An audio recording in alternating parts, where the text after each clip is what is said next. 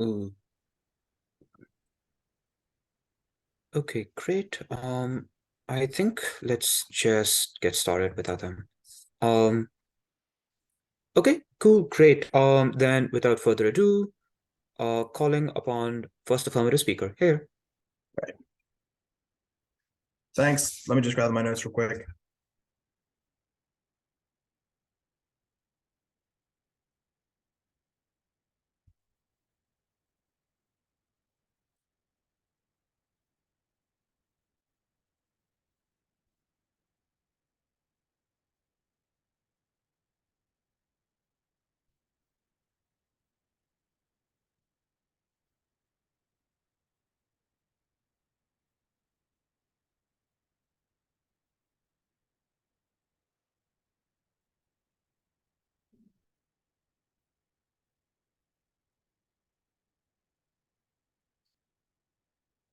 Okay.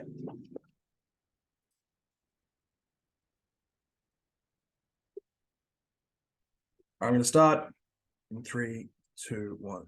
Not only are these fuel subsidies deeply regressive, they also interrupted a critical juncture in this country's path of breaking away from oil dependence and ensuring that the harms of inflation are not limited to the poor. So, first thing I'll do on this page is provide just a brief bit of setup, describe what we think the likely counterfactual is in this debate. The second thing I'll do is explain why these subsidies are very bad in comparison to that counterfactual. Hopefully, I don't stumble over my own words even more than I already have.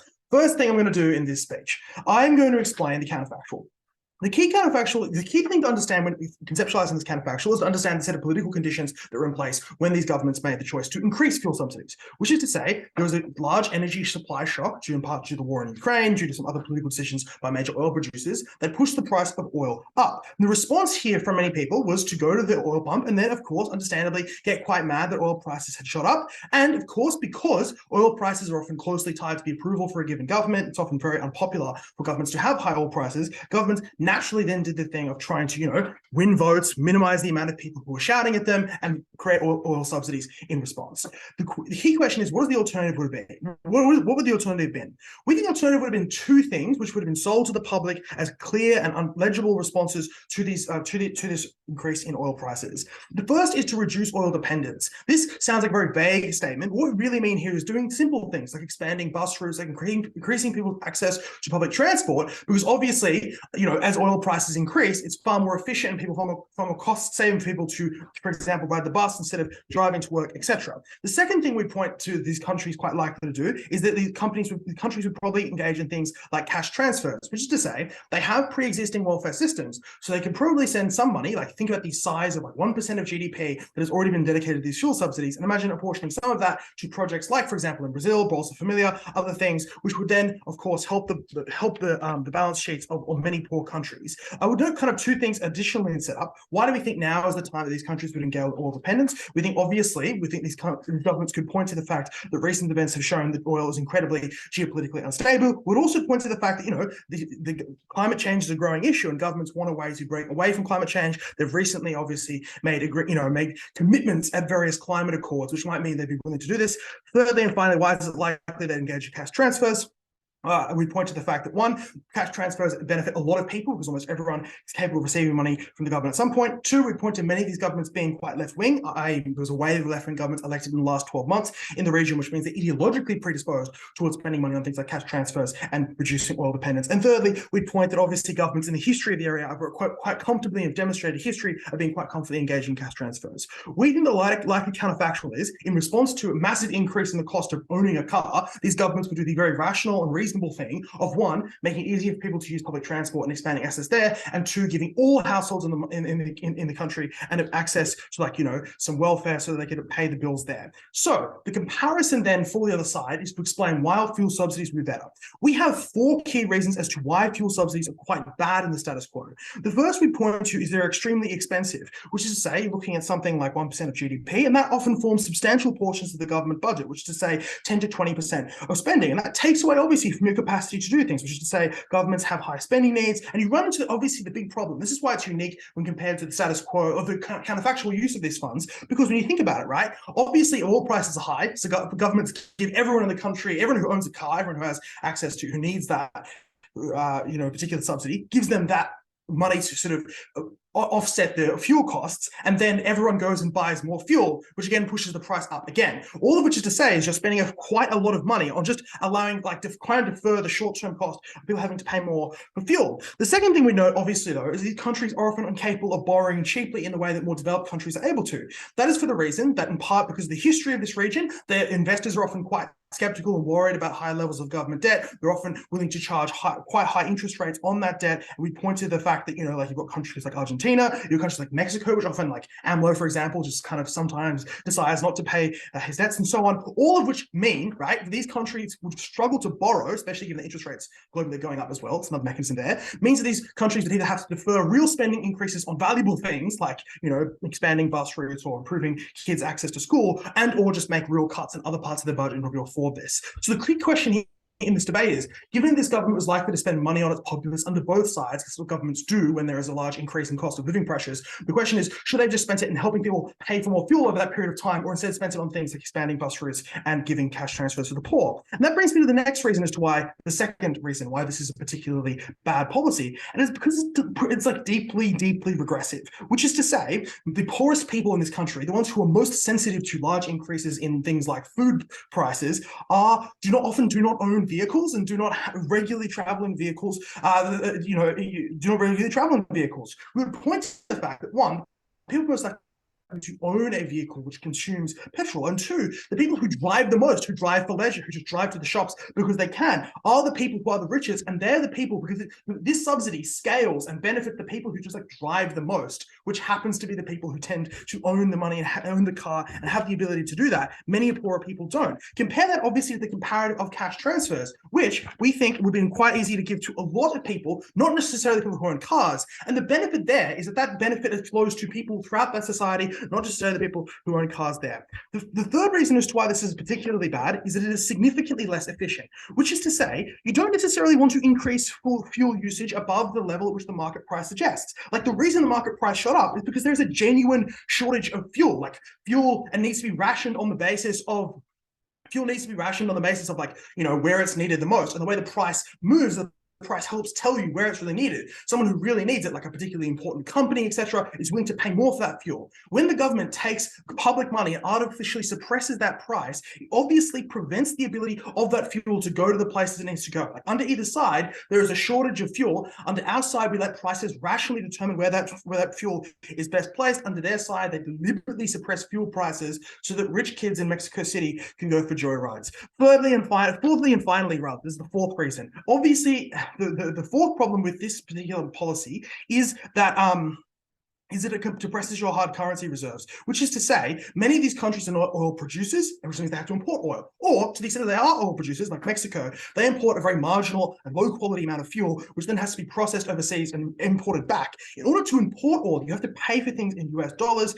And as the oil prices go up, and as more of the country consumes oil because the government's subsidizing that, the government has to eat into the fuel reserves in order to be able to afford those things. And that is obviously eating the currency reserves in order to be able to afford those imports. That's obviously very bad for the simple reason that, one, these imports are incredibly important. They're often things like medicine and food in the long run. But two, they're just not the kind of things you want to throw away frivolously in order to buy, the country 6 to 12 months of like your more ability to drive when they could otherwise take the bus, for the simple reason, right, that it is quite likely that you need to hold those currency reserves. You need to be careful about them. Like, investors and global investors generally often quite skeptical of this region and often quite harsh on this region. And if they believe that there might be a weakness in the currency, they might attack it, and they might be willing to sell off. They might be willing to try and push that currency down and cause a currency crisis, which has happened before and it's quite bad. The final observation we'd make here is obviously that people just using cars more is not very good for the environment. It's often quite bad for people who live there, in the sense there is high levels of pollution, and it's just generally overall bad. The comparison in this debate, it's not these governments doing nothing for their people, it's instead expanding bus routes, it's giving the poor money, not just people who own cars money. For that reason, incredibly proud. Great, thanks so much. First, Nick.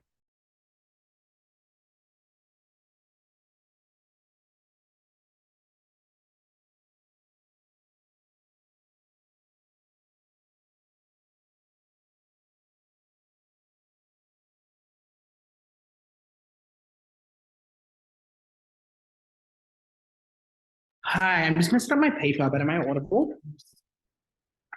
Yep, you are.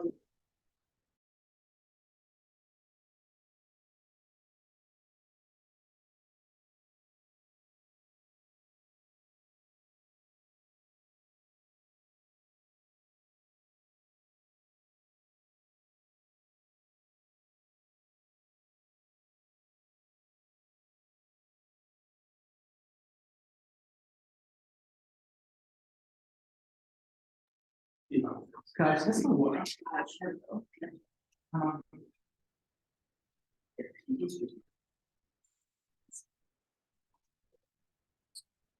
Cool. I'm ready now. Sorry, guys. Let's start the speech by addressing that crazy counterfactual. The first counterfactual they give us is that these countries would have reduced their oil dependence by doing things like increasing public transport. Clearly, this is not exclusive. The incentive of, as they established to you, leftist countries that have the overwhelming incentive already in an inflationary crisis, the public is screaming to do this, is already maximized. This is already a part of the current response. There's no way they can claim this as a real counterfactual in the debate.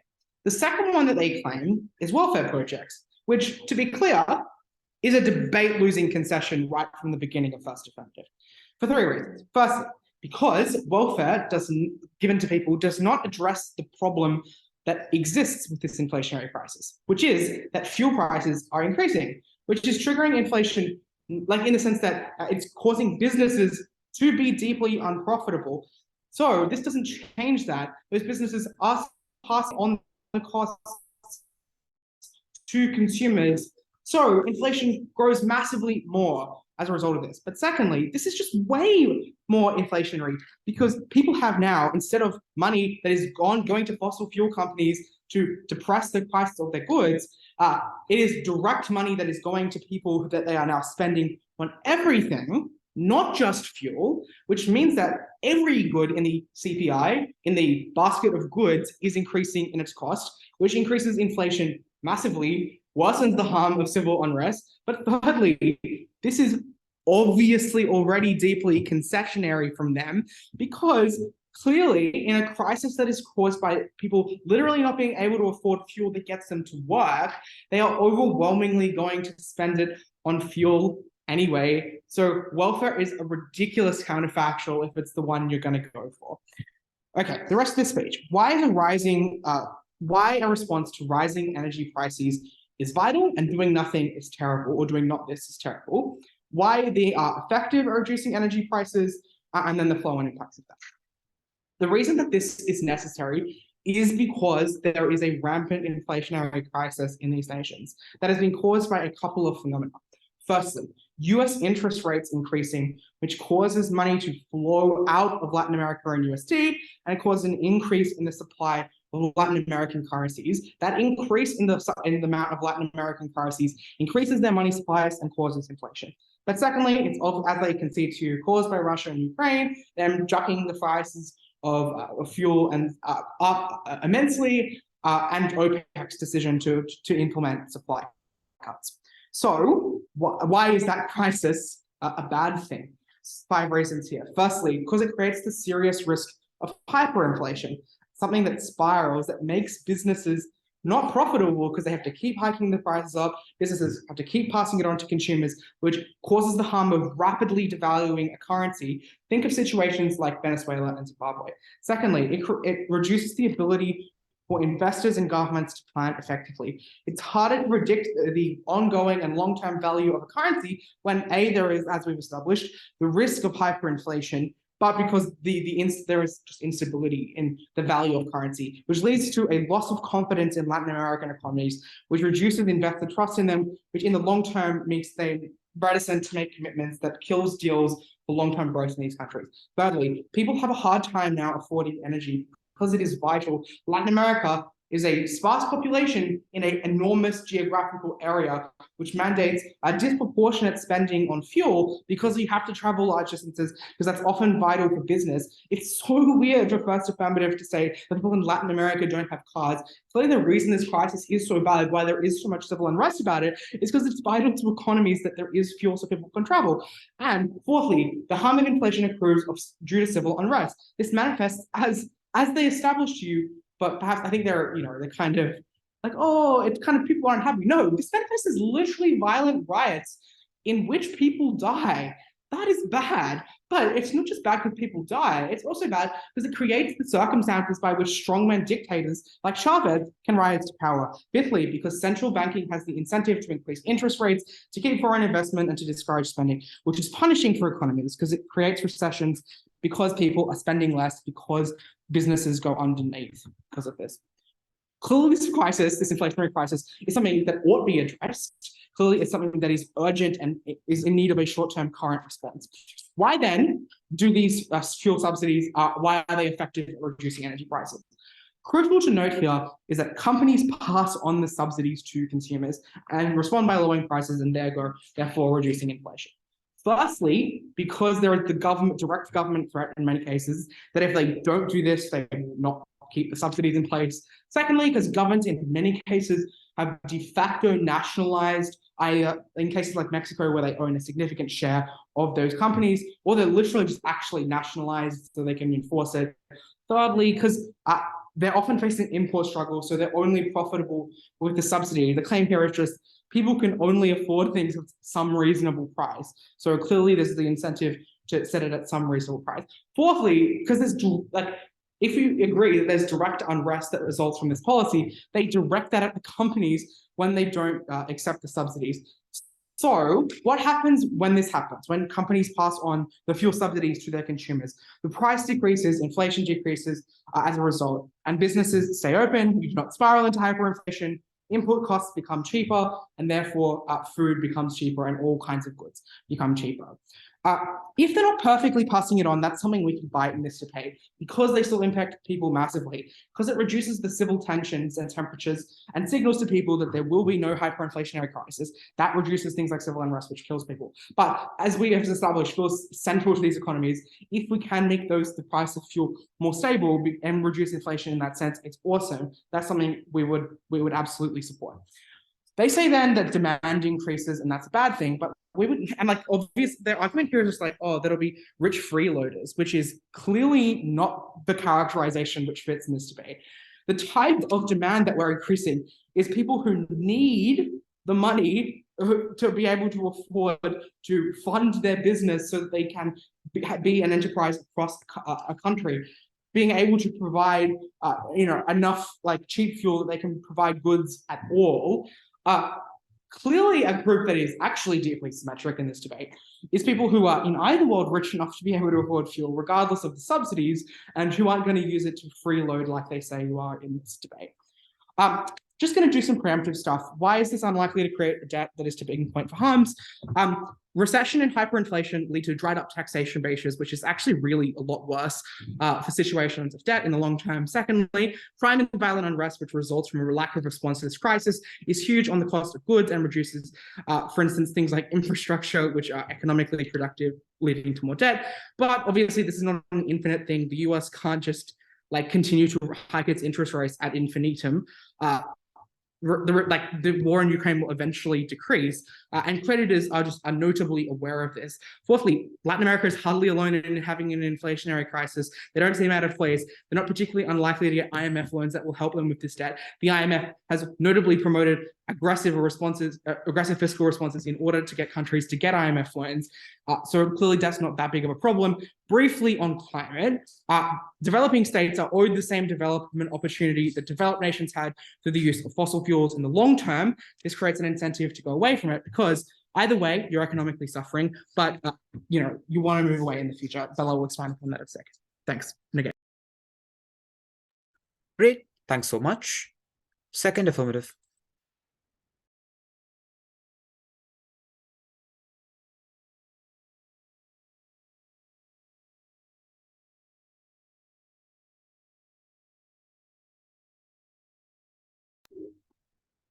Hello. Let's check that I'm audible while I set up my paper.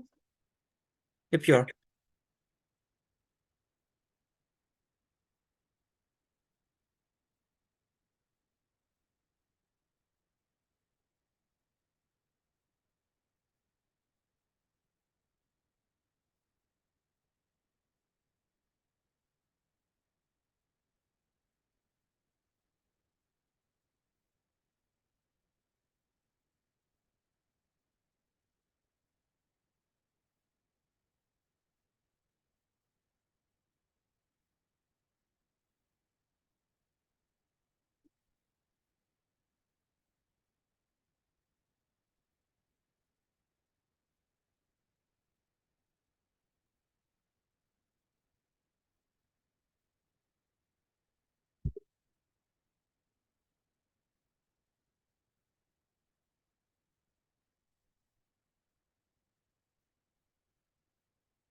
I'll start my speech if the panel is ready in 3, 2, 1.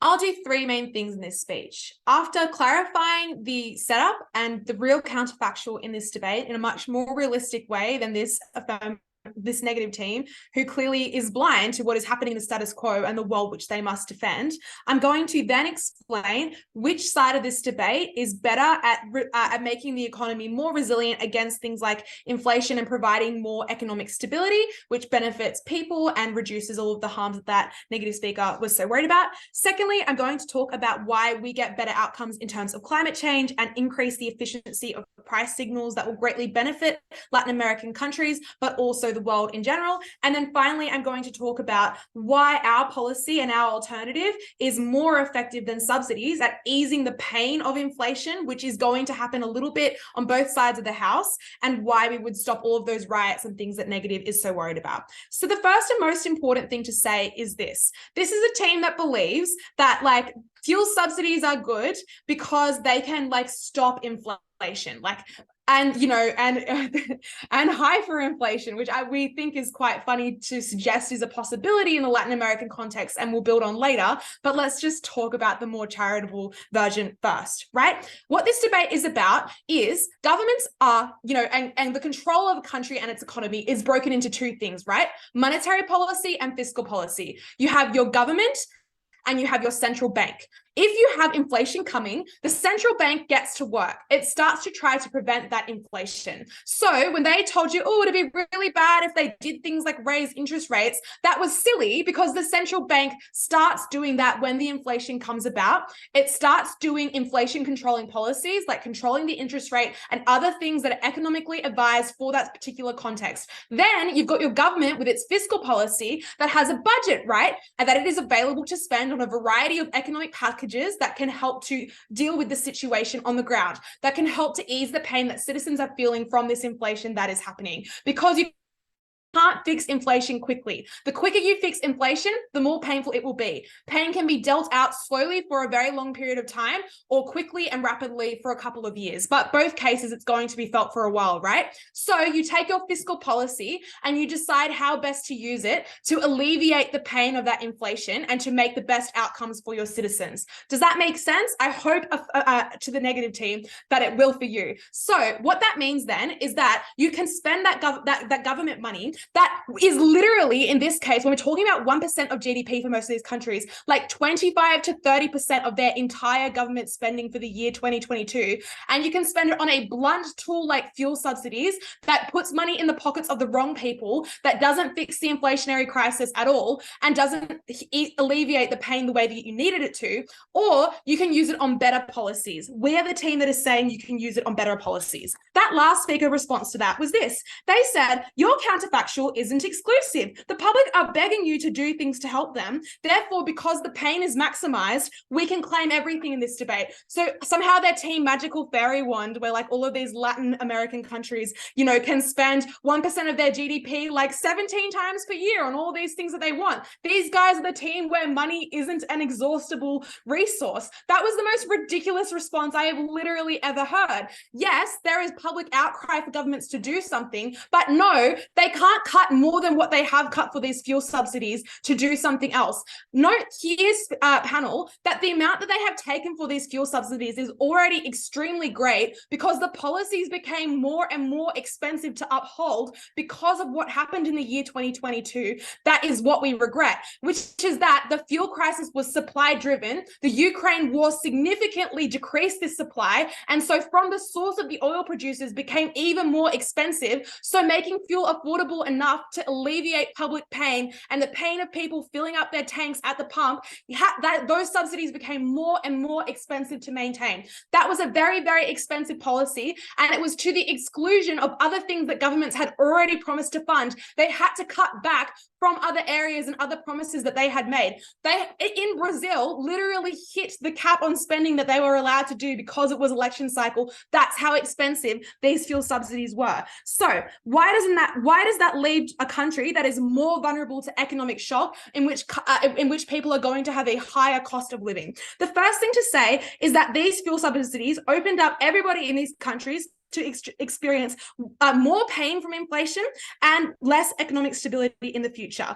So in terms of the amount of pain you feel from inflation, right? When we provide you this fuel subsidy, for some people, what that does is it sort of alleviates like the extra $20 or, you know, whatever the relevant currency of your country is. Maybe it's $50, like your fuel tank is like 150% more expensive than it used to be. But the government took it from being 150% more expensive and it turned it into like only like 25% more expensive. So yes, the subsidy worked to that point you're at the fuel pump, which meant that for some businesses that, you know, for example, like cafes on wheels or shops that like drive their ingredients from one place to the other and have to factor in the price of fuel, you did see a slight decrease in the cost of your goods compared to what you would have if that fuel had remained so expensive. But compare that to the alternative, right? On the alternative, you would have gotten direct government transfers that would have given you literal like hundreds of dollars or hundreds of your currency in order to make up for those problems in raising prices that you were facing. So all of the lower middle income families would have been alleviated of all of this pain for all of their products,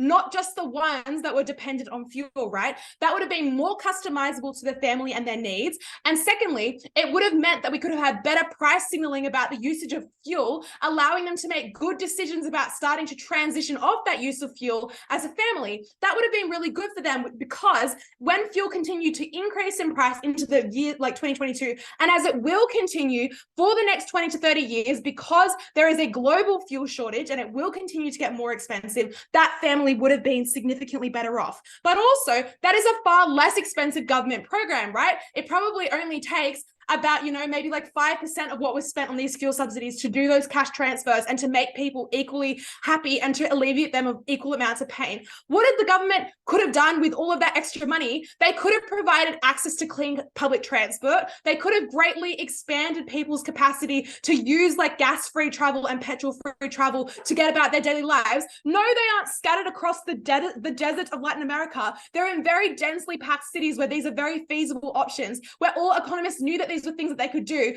but just didn't have the money because they'd already started these stupid ass fuel subsidies, right? And that would have meant that you would have been sweet well into the future, no matter what happened economically.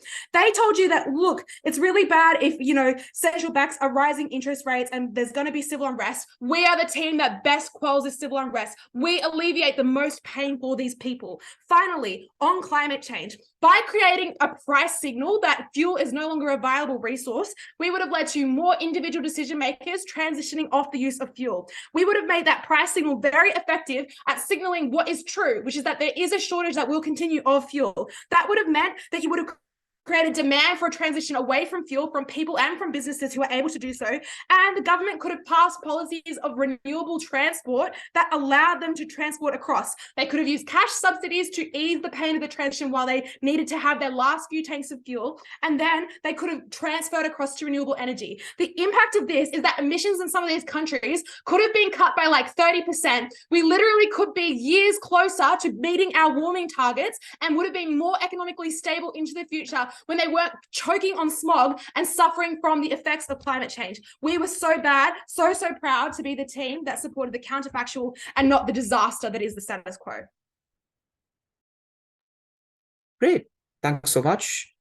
Second egg.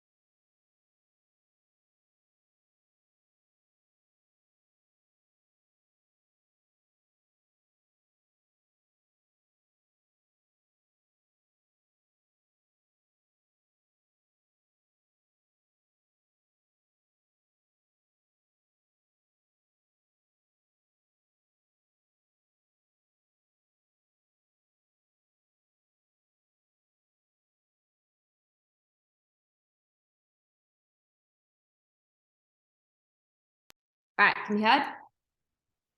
Cool.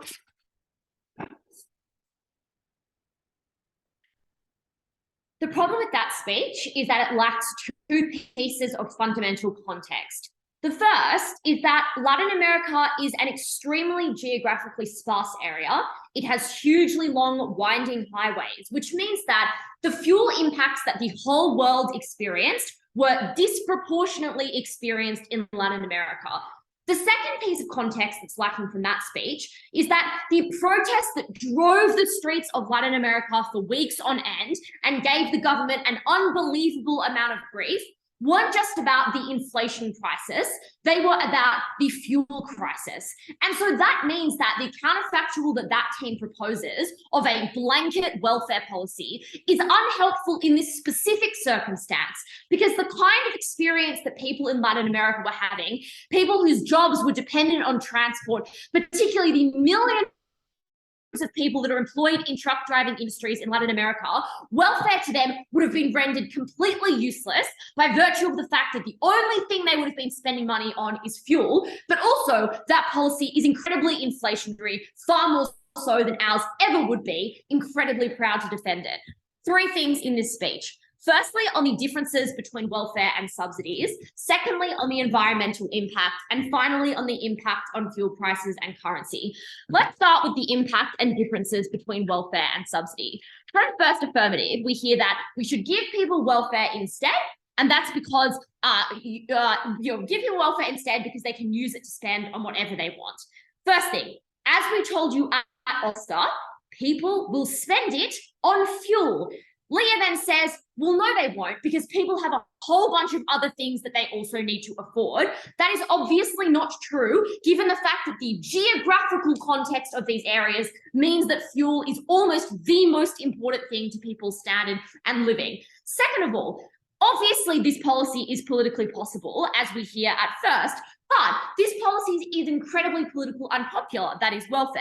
The reason that's true is because people who are wealthy and people who own businesses are unimpacted by welfare policy. For them, that does not alleviate their cost of living at all. Whereas a blanket fuel subsidy does impact them, because everyone in this status quo is impacted by fuel, because everyone owns a car and everyone needs it to get around, as opposed to welfare, which only impacts people at the bottom. Maybe you think, well, surely people at the bottom are the most important in this debate. The reason that is not true is because the way that the only way that the economy is going to be fixed, and the only way that we're going to be able to curb inflation, is if we're able to do things like keep businesses open, like keep transport costs low. The only way to do that is to assuage fuel prices, and this is the only way to do that. Thirdly, let's talk about protests, because I think this team is so ungenerous in their characterization of these protests. They were absolutely a monstrosity to the governments of Latin America, and they were specific to fuel prices. They shut down miles of highway and prevented people from getting to their destinations. They disallowed people to seek employment because of the damage they did to the street. The only way to appease this protest was by cutting fuel prices. We explained this to you at Oscar. We then hear at second speaker that the problem with these subsidies specifically is that they become more expensive as fuel prices continue to increase. First of all, obviously the fuel prices increasing has an endpoint by virtue of the fact that they are largely stemmed off the war in Ukraine. Obviously, that war has an endpoint at some point in the medium term, given the fact that it is already becoming a war of attrition. Second of all, without our subsidies, inflation would have just kept rising and would have become even more difficult to control. The only way in which we are able to impact inflation is to curb it at some point. This is obviously the best way to curb it. But this policy that the affirmative team is presenting is far more inflationary. As goods continue to increase, the welfare would also have to continue to increase. So that argument is obviously symmetric. But thirdly, your side is also incredibly expensive. By virtue of the fact that the cost of living is so expensive in Latin America, that welfare would have to be substantially high. So if you care that much about dipping into your budget deficit, your side is just the same, if not worse than our side for that particular issue. But finally, I think debt is is an unimportant issue in this debate by virtue of the fact that the thing we need to focus on is inflation, because that is the #1 issue that these countries are facing, but also by virtue of the fact that you're willing to do something like welfare, which is incredibly expensive, is literally a concession that debt is something that shouldn't be considered particularly high importance in this debate. Secondly, let's talk about the environmental impacts, because there are two things we hear from this affirmative team. First of all, stupid shit about public transport. And second of all, that, well, they're on the trajectory to fix their environment by decreasing their reliance on fossil fuels, and this is going to break that cycle. First of all, very public transport. Public transport companies are impacted by the fuel prices even more than the average citizen. If you care about public transport, obviously you need to decrease the cost of fuel. Second of all, people already have a plethora of reasons to use public transport, e.g. it's so much cheaper. They're obviously doing this under both sides.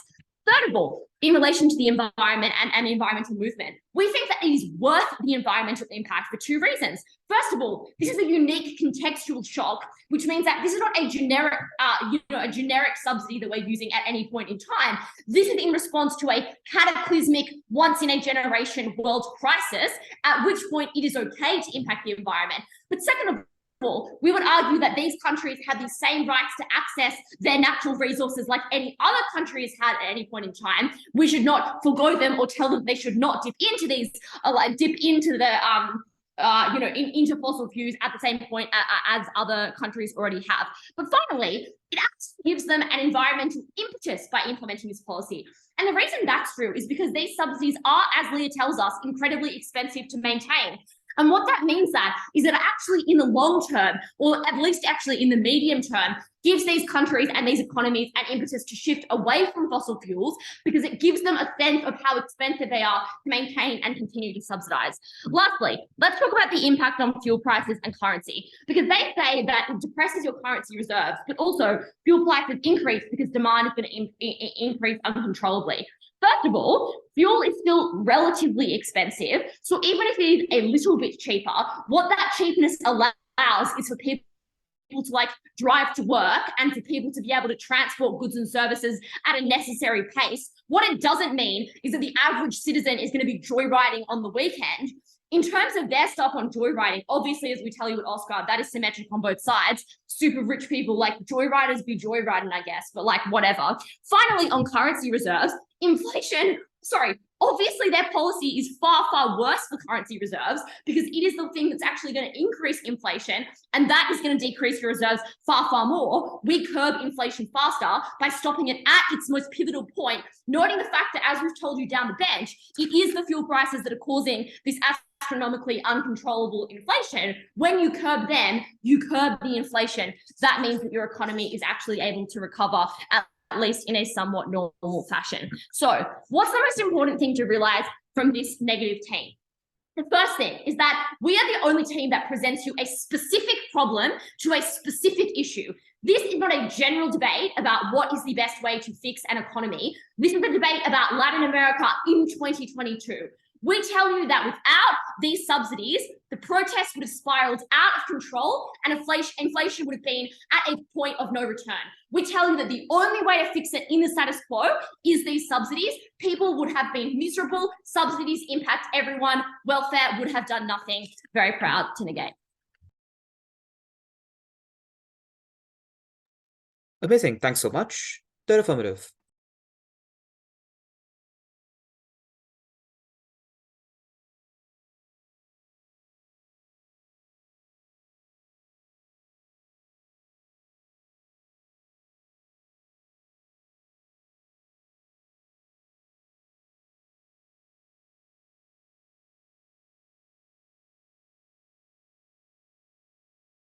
Thanks. Can everyone hear me? Yep, we can.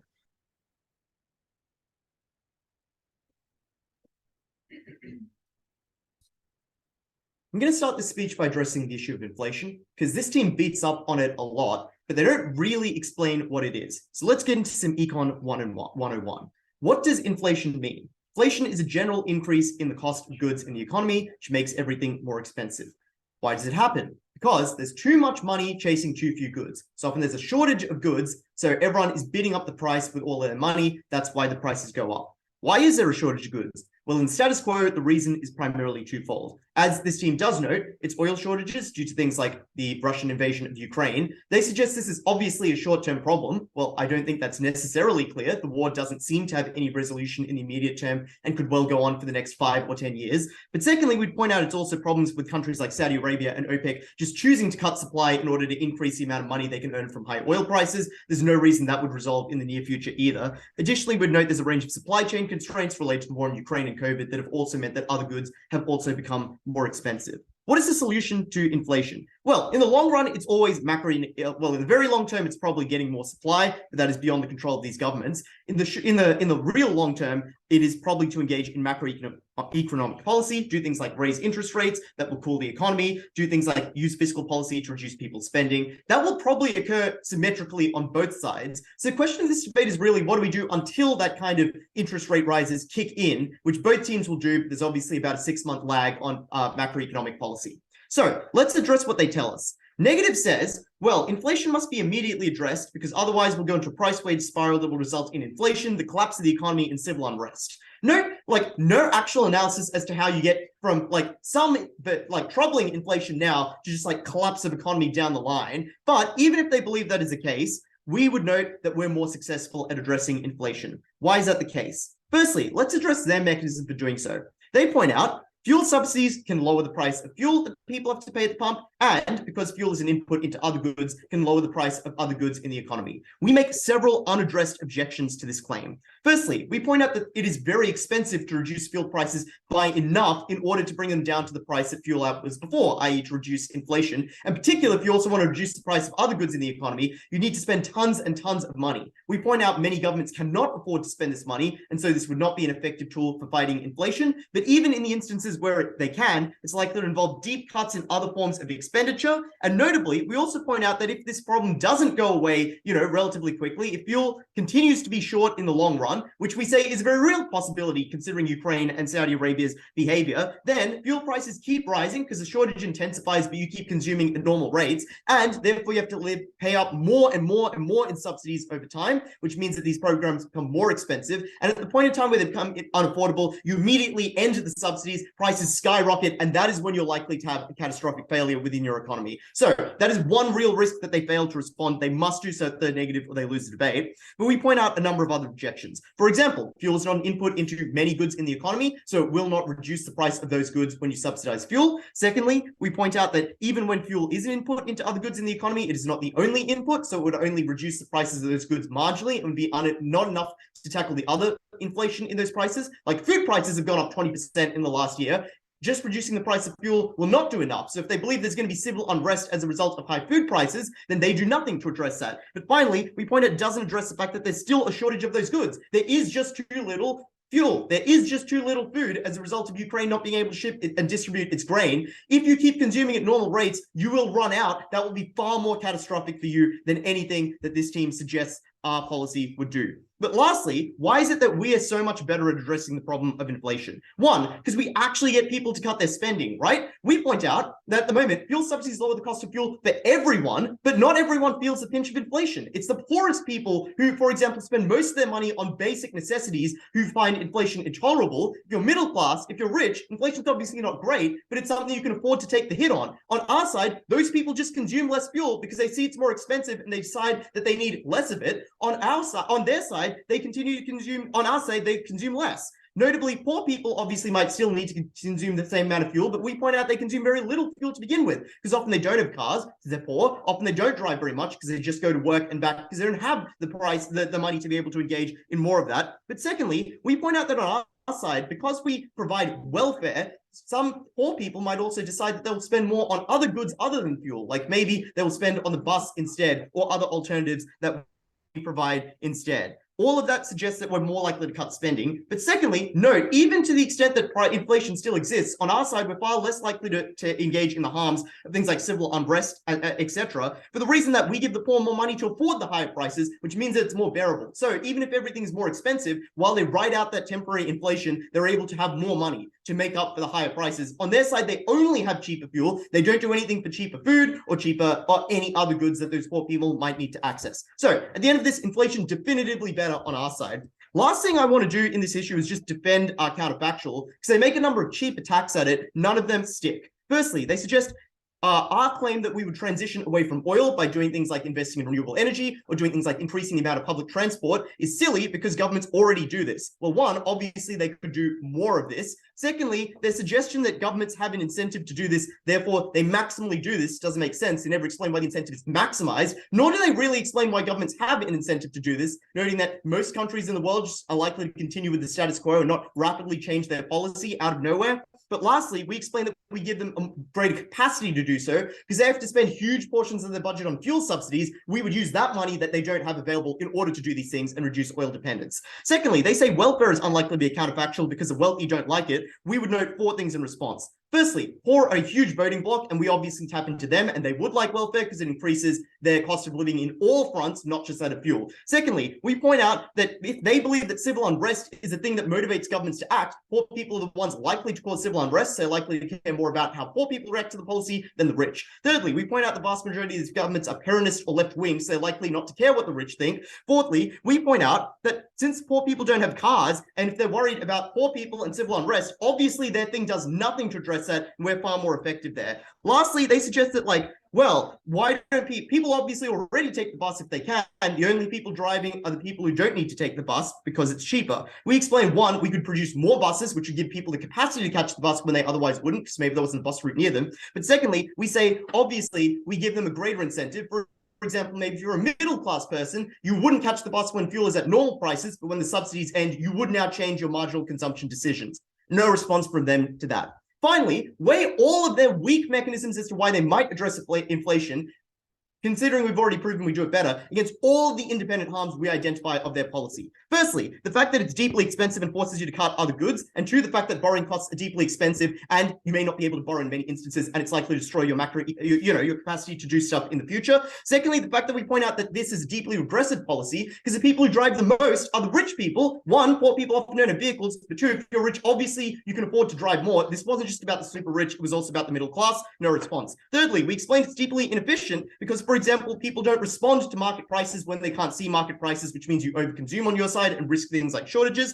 Fourthly, we explained that you likely run out of hard currency, which could cause things like an inability to import other important goods or cause things like a sovereign debt crisis in the future. They give us no response to any of these arguments and fail to account for all of these independent harms. The end of this debate, side affirmative must take this debate clearly. I hope we get a response at third negative, but it will be too late.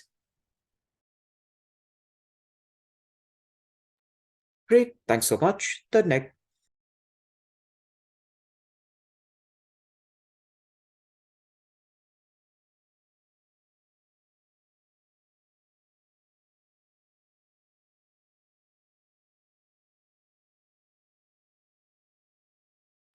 Hello, can you hear me? Yep, we can. Yeah, thanks.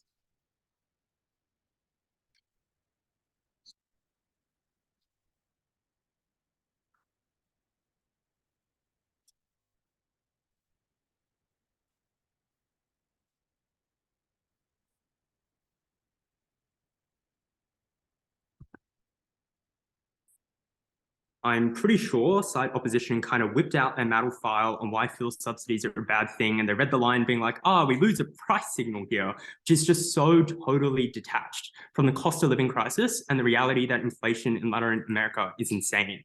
Do you want to know why people are protesting on the streets of Latin America?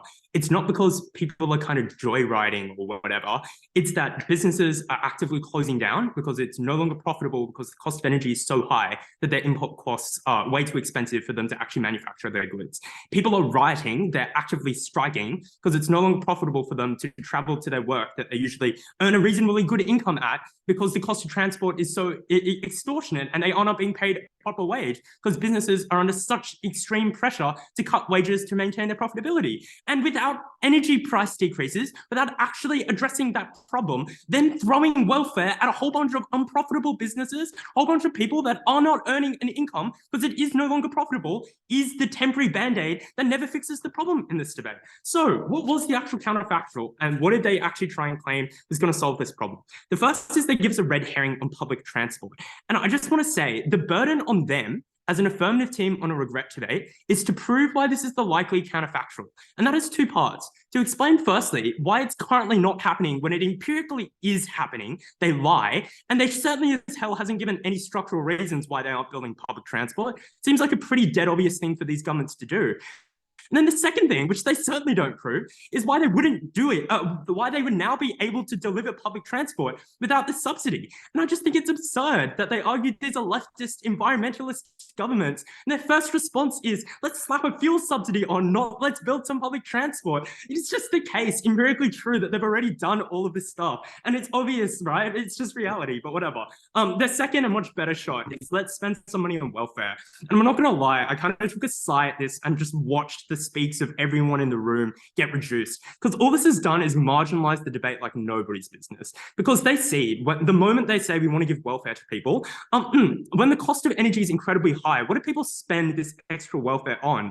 I guess maybe that energy that they still have to purchase because it's so expensive. And what that means is the opposition team has ceded so many of their harms that they kind of like just superficially whipped out in the matter file, right? So many things like, this will cause a sovereign debt crisis. What do you think your welfare does?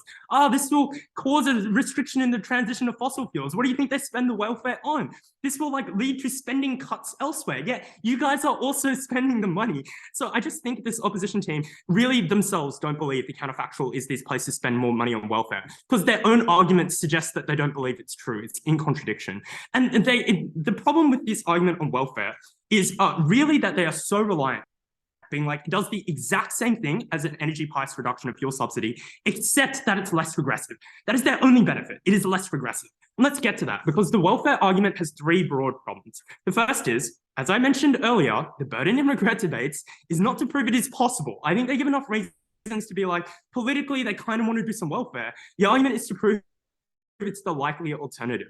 And we explain it first, that the likely alternative is actually a whole bunch of really hesitant government reactions that are slower. The likely alternative is that often these countries are just too divided, too internally conflicted. They do not get out a coherent policy, certainly a policy that's less well planned and less well implemented, because it is so much more flawed. And that was a response that they never grappled with. But more importantly here, even if it is true that this is the likely alternative for reasons they have not really given in this debate, there are 4 reasons why it is way less effective. No, Leah in her speech at second says this will be a $100 welfare stimulus, which will be way more money than a fuel subsidy, which is totally absurd.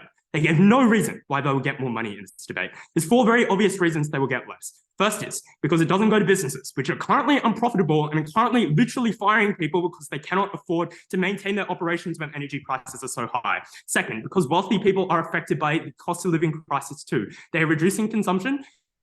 They are doing all sorts of things that are harmful to the economy because they are also under the squeeze. Third, because this inflames inflationary fears. Welfare uniquely has connotations that it goes directly into people's pockets and they spend it. It is seen as direct stimulus, like helicopter money. And that is why it is uniquely at least perceived to be more inflationary and is going to cause your international loaners, etc., to be much more scared about your debt under your side. But fourth is because it reignites the past narratives of irresponsibility of socialist governments in spending of welfare. Think about Venezuela and Cuba. There's a reason why there is such fear over the immense amount of welfare money they spent from oil money, is because they're seen as socialist governments that are irresponsible. So I think they really struggle to justify this welfare. The amount of welfare they actually get to people on the ground is much slower, it's much more fraught, but most importantly, it is less money than they could pass through with fuel subsidy, which support a big business and support a wealthy people in these countries. And even if they somehow get just a little bit less money, it's still relatively effective. It is way less targeted. We literally give you analysis in this debate that usually taxes that are regressive are bad. Sorry, subsidies that are regressive are bad. But in this unique case, it being regressive is a benefit. And the reason is because businesses and wealthy people are doing things that are incredibly harmful because of the cost of living crisis. Businesses are literally shutting down and downscaling because they are no longer profitable. And that means that, yes, this subsidy is slightly regressive. That is a good thing because everyone is affected by energy prices. The second contention they give is energy and prices just aren't that important in this debate. They give a bad argument being like, this increases the amount of demand. And they're like, the price signal is lost. And I'm like, the cost of energy is so high at the moment. How the hell is the price signal lost? Unexplained to me. And they say, who now is buying fuel that wasn't before? Apparently, it's some rich Mexican joyrider that is stopping buying fuel, not profitable businesses on the outside that are the ones that stop buying it. Also insane. So I just don't think that this increase in demand is meaningful in this debate. Yes, it occurs, but the increased demand is the really, really good stuff on the outside. Because as we explained, and as opposition doesn't respond to, they see it in this debate, governments typically have nationalized these oil and fuel industries, or at the very least are incredibly large shareholders. You can thank the US for that one, which means that they typically can literally enforce that these companies pass on these cheaper fuel prices to people on the ground. Why does this tackle inflation by far the best? Contrary to what opposition says, which are two insane claims, that firstly, poor people don't drive cars. How do you think they get to work? They rent a second-hand car. It's insane that they think people are so impoverished they can't afford a car. But second, they just use public transport, which also gets more expensive when fuel gets more expensive. It's literally insane. And energy uniquely affects all other goods in the industries that other goods do not. They say energy is not an important input good. What? How do you think manufacturing happens? Using energy out of thin air? Like, to produce anything, you need work, and work takes energy. But second, it is that every good needs to be transported. Even if they magically didn't have energy as an input good to food, they need to transport the food from point A to point B, which is really costly under their side. This is also insane. Not to mention, it is people on the ground that need energy, right? Energy for their homes to heat it, energy for electricity for their basic quality of life, energy for transport to get to work and to school every day. So this is absolutely insane, and it's why energy prices the most important thing at reducing inflation on the whole. Why does this single-handedly win us the debate? Couldn't care about climate change when there was such a looming inflationary crisis, and the key other response here is about debt. And the problem with debt is it gets way more expensive when inflation is really high in your country. Because when inflation is really high, your reserve bank needs to increase interest rates to rein that in. So they have a higher interest rate than us because they have more inflation than us. What that means is your debt is now more expensive because your reserve bank has increased interest rates. And because this is a temporary policy, debtors know that it will come to an end eventually, that it isn't irresponsible. It's an important measure to stop strikes and protests and urgently unprofitable businesses on the ground. Every single company is doing this in the world, which means that it just isn't a problem, debt. Great, thanks so much. Calling upon negative reply.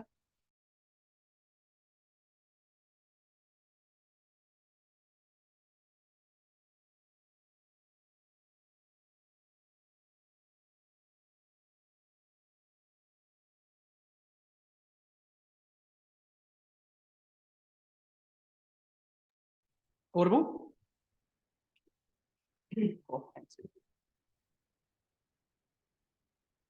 This is an affirmative team that contorts himself into a pretzel to avoid making any hardline argument. The case is a web of contradiction.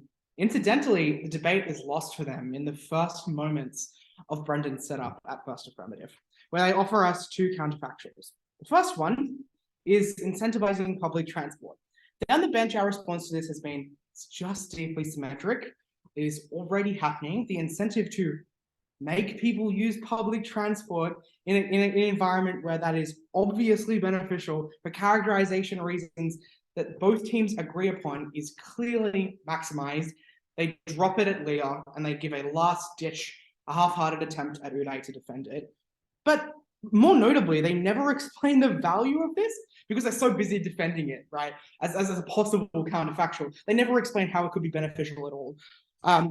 But they then center later on in the debate, I think, far more heavily on the more debate-losing counterfactual for them, which is cash payments that are given directly to people on a universal basis. Oh my God. Problem one, this is clearly equally as expensive, if done as they say it is, or more expensive. Second Affirmative's analysis relies on you believing people are being given more than the oil companies would be given to reduce their prices. This axiomatically requires you to inject more money in order to achieve that.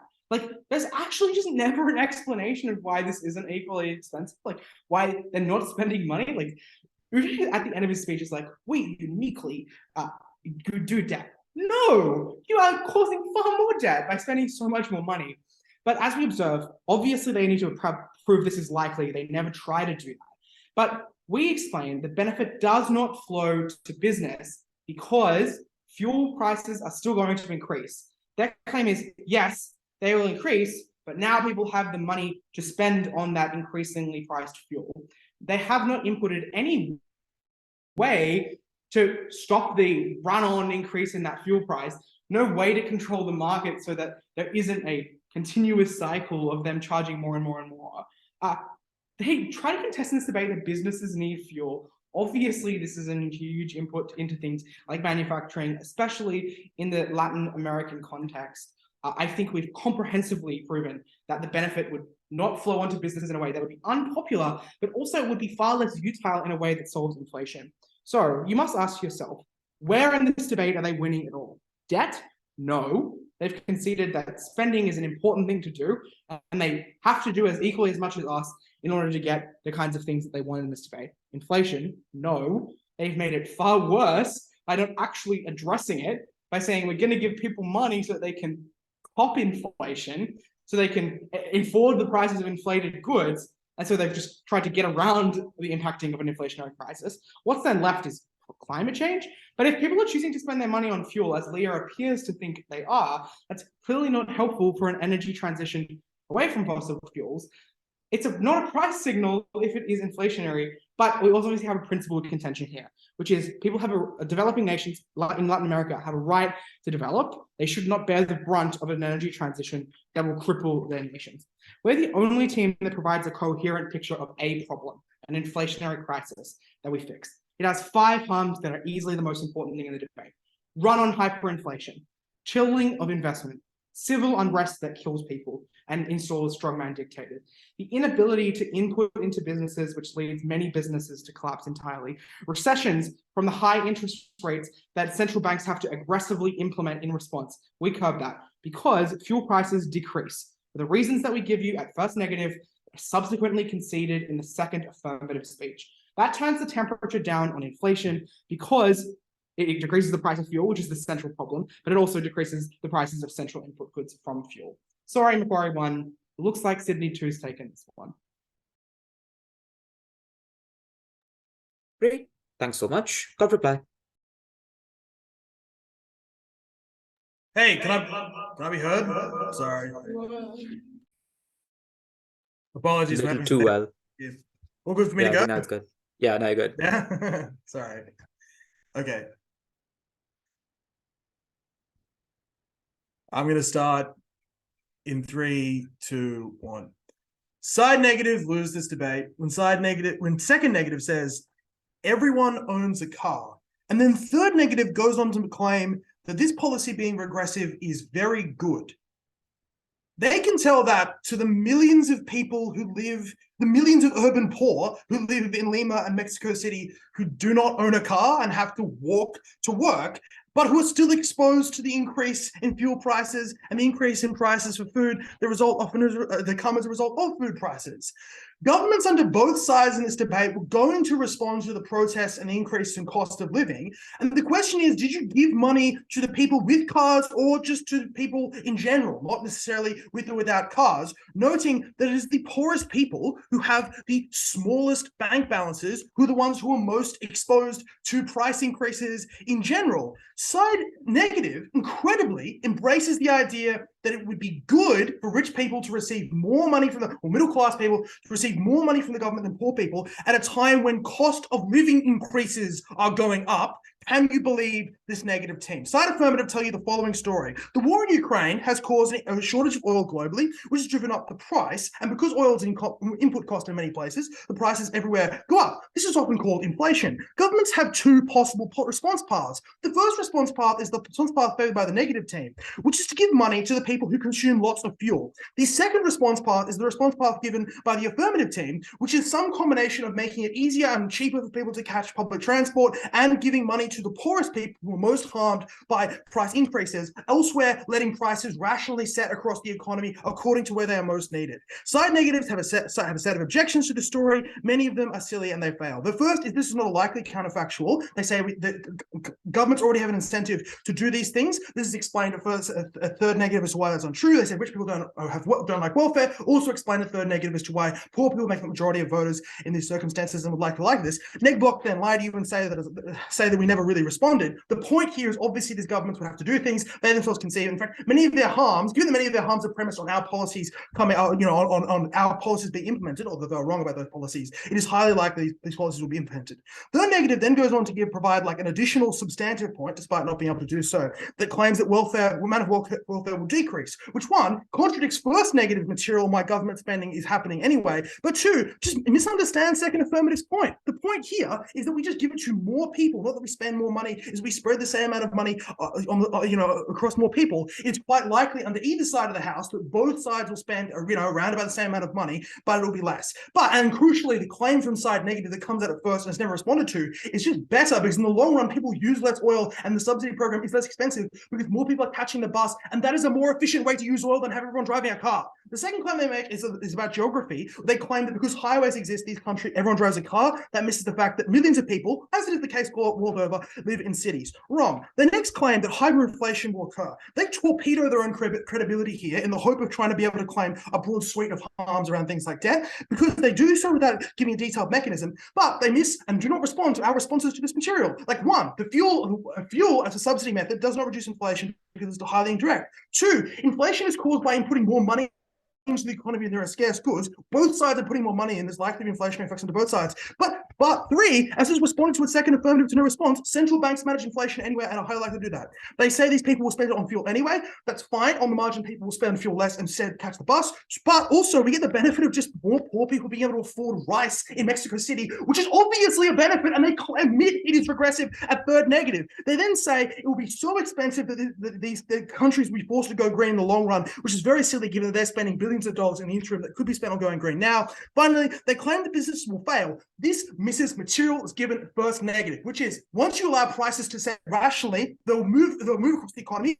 Business will raise prices on consumers, and consumers, because they have more money, because they've received their welfare payments under our side, would still be able to afford them. This debate was about rationally using a scarce substance like oil. Side affirmative did it far better than side negative. Do not fall for the mendaciousness of Bank Block.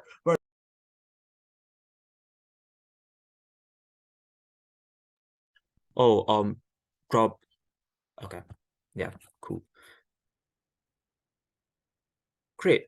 So we came to, I guess, we came to the same decision, I think, at least the panelists and the voting panelists and I, and we gave it, I think, marginally to affirmative. So here, I think, is what I will do. I'll sort of take some time, I think, to explain. So I think I'll explain what seem to be the key impacts teams are going for. So the first note, I think, is to say inflation. I think this is, to some extent, at least a wash in terms of the extent to which it is solved uniquely by this and the extent to which it is significantly increasing on Gov.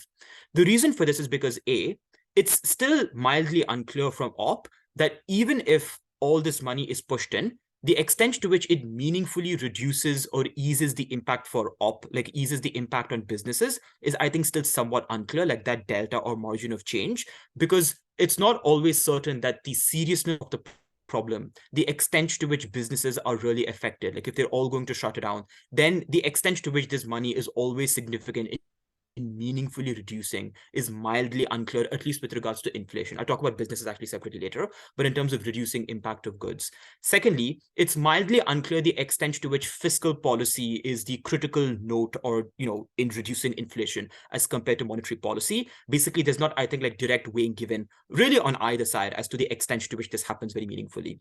Thirdly, I do think that some of third gov's reasoning or mechanisms still hold, which is the extent to which you can reduce inflation seems difficult on either side because you always have that supply constraint, and I do think OP is probably not entirely clear that this war is likely to indulge in some sort of resolution, I think, anytime meaningfully soon, or in a way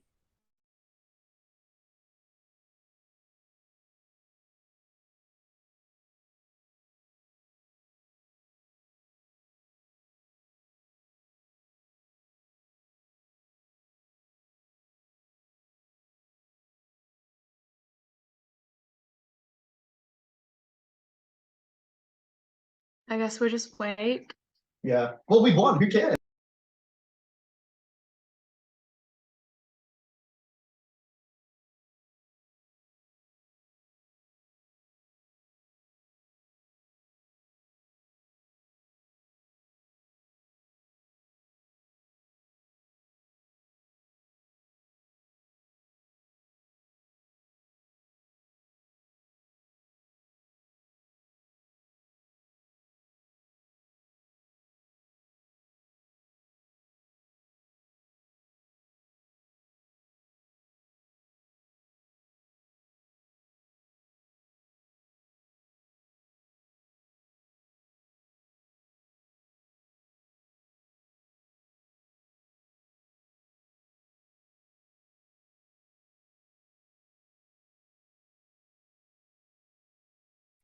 Okay, sorry about that.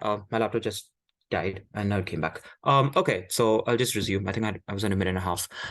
Cool. So yeah, and so then basically I think on inflation, it starts becoming unclear the margin or the extent to which it is meaningfully higher on one side and the extent to which it can be significantly resolved for by this. If there are still those same supply constraints, if, you know, it's not always clear the extent to which oil is, like, even though it's probably critical for many of these goods, it's not clear it's the only critical good. It starts becoming difficult to understand which team is winning on inflation. Then other question I think that is important to note, I suppose, on like, is the validity of these counterfactuals.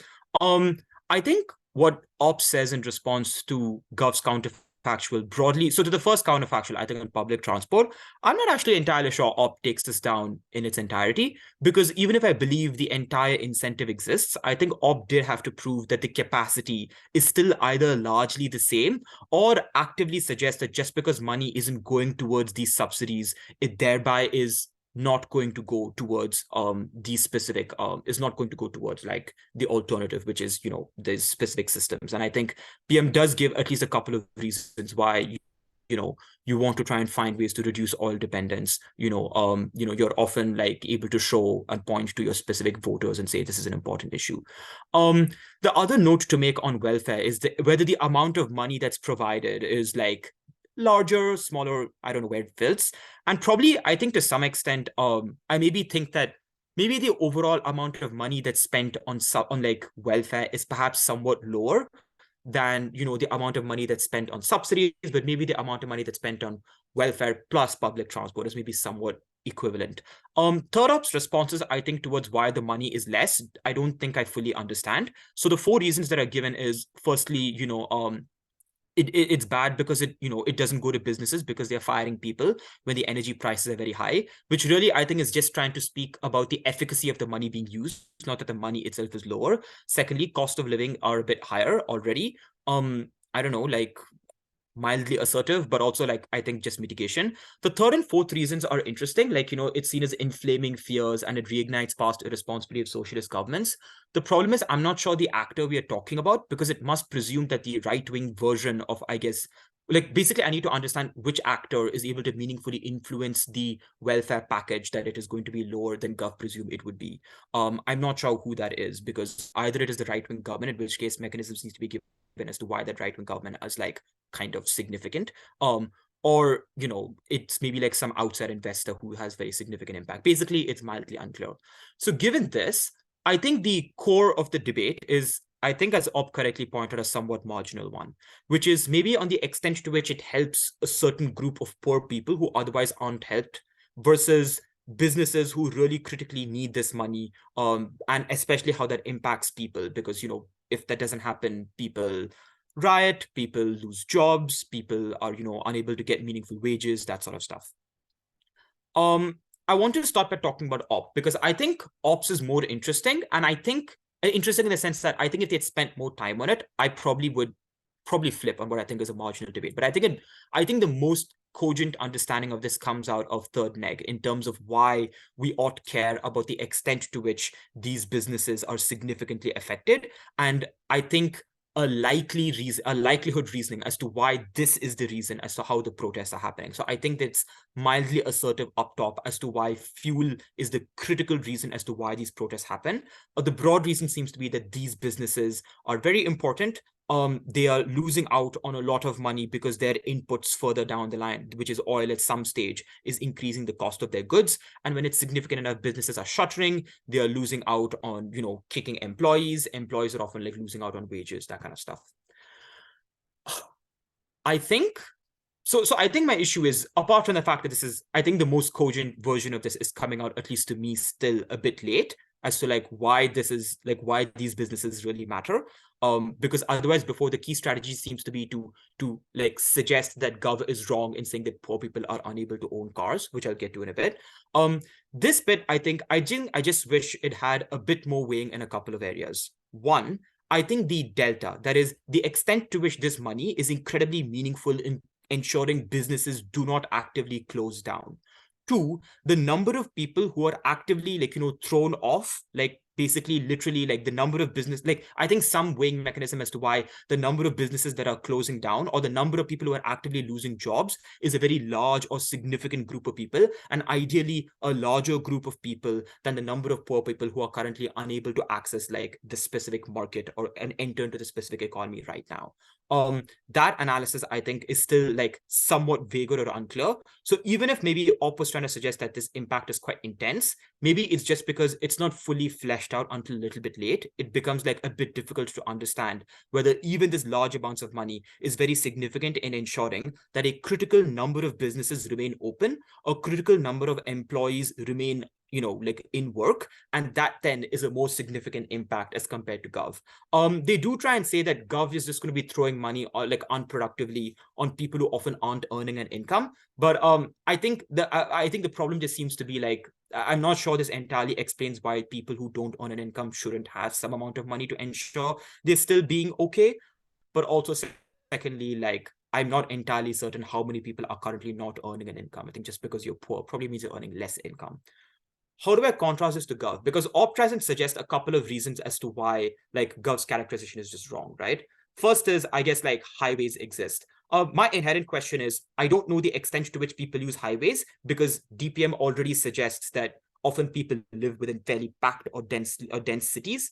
And anyways, GovWeb says that often the margin by which you can improve, either public transport for these people or ensure like transport for them is like meaningful or beneficial is in and of itself like a fairly good thing. The second thing, I suppose, so I think then the second thing I suppose on this is like the extent to which these individuals are currently in or not in the economy. So like Op says that many people need cars and many people have cars and they often rent and do cars. And Gov says, no, they often just walk a fairly long period of time. And a lot of these groups of people are, not necessarily individuals who like are always like, they probably may not just be like actively involved in the economy in the same way, right? Like maybe they work as like in the informal economy, not always directly hired by a business. Maybe they do like freelance or like, I don't know, like a hawker work or something like that. So I think what I feel the weighing ends up being is that Gov is talking about, despite Op's mitigation, like clearer-ish group of people who are probably helped in a more certain and slightly larger way, which is that these group of people who are either somewhat out of the economy or these group of people who fundamentally aren't always having money for fuel subsidies are now able to have money to spend it on things that they want. And maybe in many circumstances, maybe the majority of circumstances, as Op correctly pointed to, this debate becomes marginal because they may just spend it on fuel subsidies symmetrically. But in the instances where they do not, that's now giving them money they can spend on something else. And I think this is maybe just because it's spent a lot more time developing from first affirmative, seems like an impact that mitigated but exists. Whereas I think Op needed to spend more time explaining why the number of individuals were significantly harmed by the businesses, which I think is the best mechanism I understand as to why people currently are unable to like, live or work in the economy, why that's very beneficial. Because either the mechanism is that businesses are critical to the functioning of the economy, but the actual mechanisms are still like mildly vague, I think, or it is that these businesses require the inputs, from oil to be lower so that they keep their employees on the payroll, which I think just needs to be weighed a bit more. And I think finally, there's, I think, just some like question as to whether this amount of money ever was meaningfully enough. Probably it is critical. I think that seems reasonable in ensuring some businesses stay alive and some businesses have people. But I think I just don't know how much more it is compared to Gov, who I think spends a bit more time and mechanizing, explaining why this works. So sorry about that. bit weird and messy. But I think on the whole, I guess we feel Gov has a slightly more exclusive impact and compared to Op, who don't entirely wait. And I think the rest of the debate sort of becomes more of a wash because both teams are putting forth claims that aren't entirely weighed and probably are marginalizing the extent to which those benefits accrue, i.e. inflation, whether this is a meaningful tipping point, whether you can do some of these other things like, I don't know, with public transport and that sort of stuff. Hopefully that makes some sense. Let me know if you have any questions or concerns, but otherwise, thanks so much, all. Get some sleep, I guess, and good luck for tomorrow.